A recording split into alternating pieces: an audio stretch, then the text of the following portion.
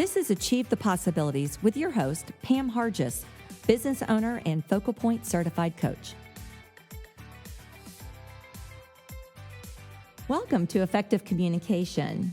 Stop losing up to 75% of your opportunities. Today, we're going to be talking about how to effectively communicate with others. With that, you need to understand everyone's style. And then, of course, how do we listen purposefully? Lee Iacocca said, communication is everything. When we think about communication consists of your voice, that's the tone in which we use, the words or the content, and then our body language, the energy that we exude, and quite frankly, is what most people see all the time. You've heard oftentimes that when we communicate, people are actually listening with their eyes. Well, this is a big portion of communication. Today, we're going to actually be focusing more on the what I say and what people are hearing. In fact, Peter Drucker said the most important thing in communication is to hear what isn't being said. We need to listen with our eyes, but we also need to listen to the words. Communication sometimes can feel like a tug of war, so what do we do about it?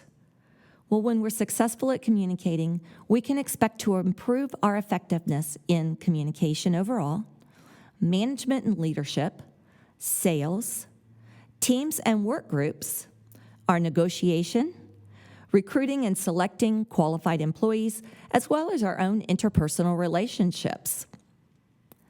Effective communication is about connecting, building trust, back to that listening word again, being heard, and ultimately getting those results. Did you know that if you are communicating to everyone the same exact way, regardless of who they are, where their styles are, and where they come from, you could be losing up to 75% of your opportunities? So in other words, we need to be chameleons? Well, the biggest thing is we need to learn how do we adapt. One way to do that is by discovering behavioral styles. Now, there's a whole program that I do. It's called DISC, D-I-S-C. We're not going to be able to get into all those levels of details today, but we're going to hit around the corners of that. If you'd like to get more information on that, reach out to me and we'll be glad to set that up. Back to the behavioral styles, we need to really first understand ourselves. What are our own strengths and challenges? Then we need to be able to recognize others' styles. What are the observable languages that we hear, as well as what are they doing? And then the last piece is, again, that chameleon or adapting. Connect and build trust. All of this helps us get better results. When we think about our styles, and I mentioned the word DISC, D-I-S-C, there are different categories. There's 4 specific categories that we all fall into. Now, keep in mind, at times you may fall into one over the other based on your situation. Stress, your environment, work versus play, all of those do play a factor into this. So I'm not saying that everything is going to be extremely black and white, but it is important to be thinking about your style. So the first style we're going to talk about is D. When communicating with a person who is a D style, think about them in the sense of ambitious, forceful, decisive, strong-willed, independent, and goal-oriented. So where are you in those words? And what I'd like you to also think about is, who do you know right now that has these particular styles? So I'll give you a minute to think about that, and I'll repeat those words. Someone who is ambitious, forceful, decisive, strong-willed, independent, and goal-oriented. Well, now that you've got those people in mind, here's how you should communicate with them. Be clear, specific, brief, and to the point. Stick to business. Don't traipse off and don't get out of whack here. Be prepared with support material in a well-organized package. Now that I've said that, think about those people that you just pictured. Does that seem like them? Now, here are some factors that could create tension or dissatisfaction with those styles. When you start talking about things that are not relevant to the issue, you leave loopholes or create cloudiness around the issues, or quite frankly, don't even get to the bottom of the issue, or you appear disorganized. Those are things that are going to kind of turn those people away, and they're going to tune out. So that was the D style. The next style is S. When communicating with a person who is patient, predictable, reliable, they're steady in their way of doing things, they're relaxed and modest, those are the ones that have an S style. So just like with the Ds, I want you to think about someone that you know that is predictable, reliable, relaxed. Kind of just take a, chill kind of mode. When you communicate with those people, you want to begin with a personal comment. Break the ice. Wow, I love that color shirt on you today. Present your case softly and non-threateningly, and ask how questions to draw their opinions.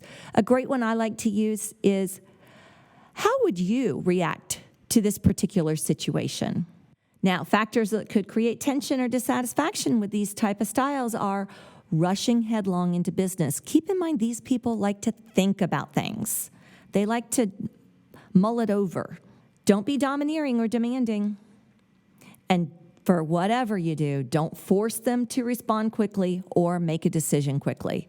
Again, they want to think about it. They want to weigh out all the options. All right, we've covered D and we've covered S. Let's go into I.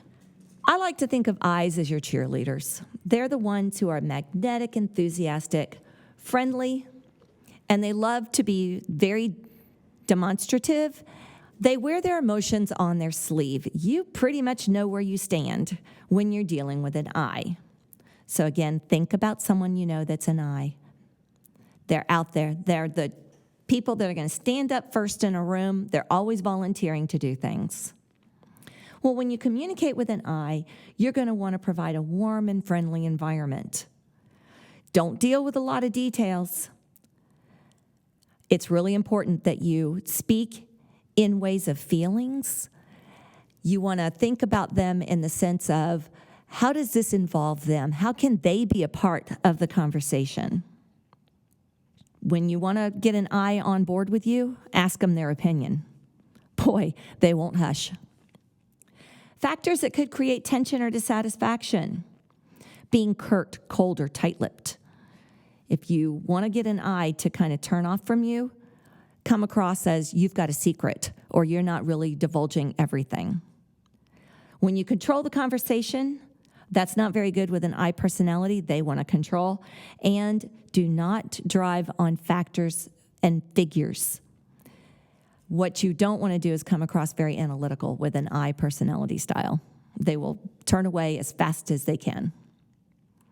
The last one is a C. When communicating with a person who is a C, I want you to think about someone you may know that falls into this category. They are dependent, neat, conservative, perfectionist, careful, and very compliant. They're the ones that say, well, where does it say this in the procedures book? They're the ones that want to know the numbers, the details, your analytics.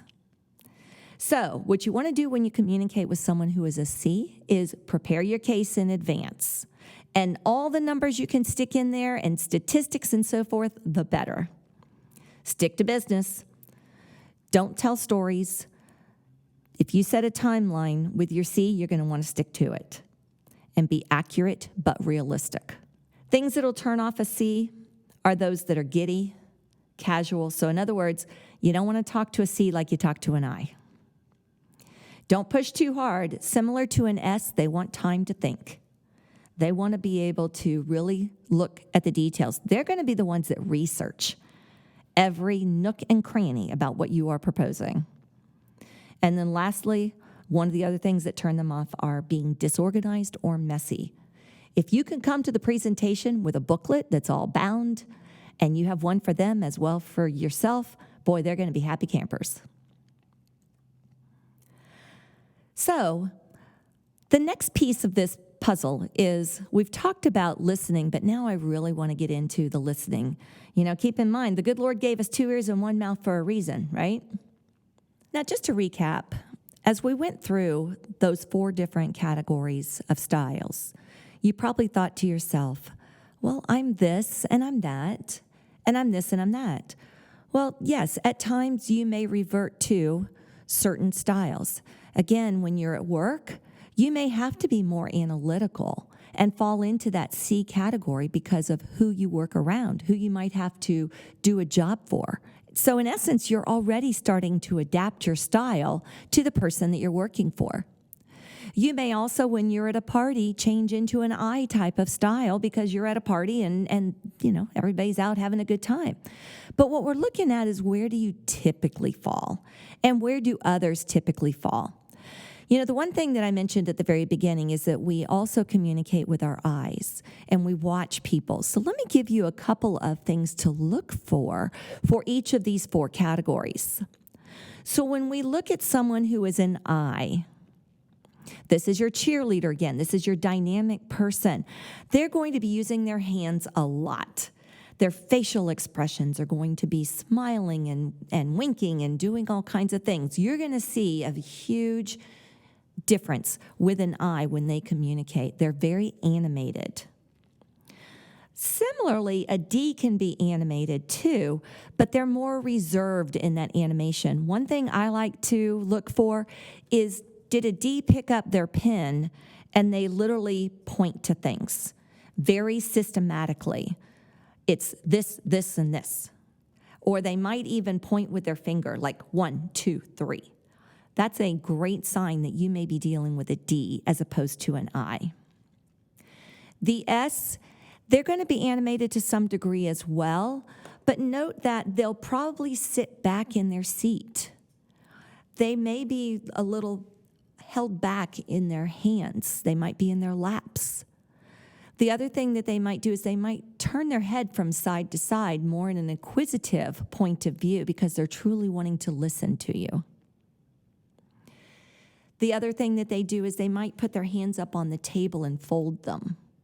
They're a very caring style, so it's one of those things that they want to demonstrate to you that they care to listen to you.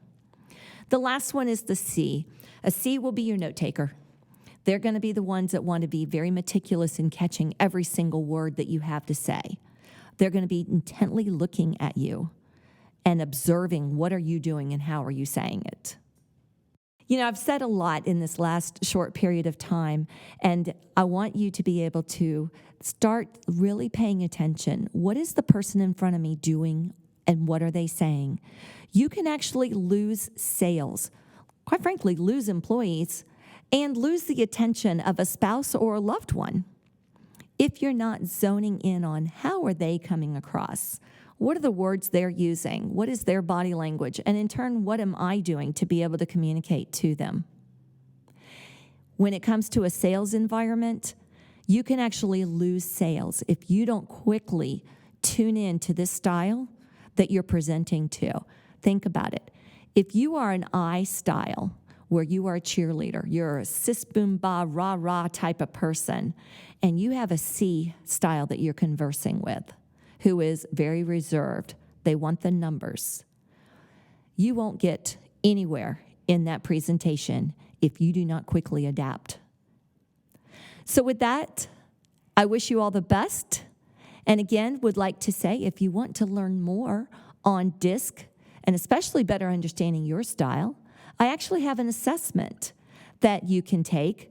Very quick, it takes about 15 to 20 minutes of undivided time. It's an online assessment, but it's a great way of understanding what is your personal style, and better yet, how can you use that style to be more in control of your environment, be more productive at work, get more sales, and let's face it, just have a better way of communicating. Thank you for listening. If you'd like to learn more how you can achieve the possibilities, please visit my website at pamhargis.focalpointcoaching.com or feel free to call me at 386-847-8028.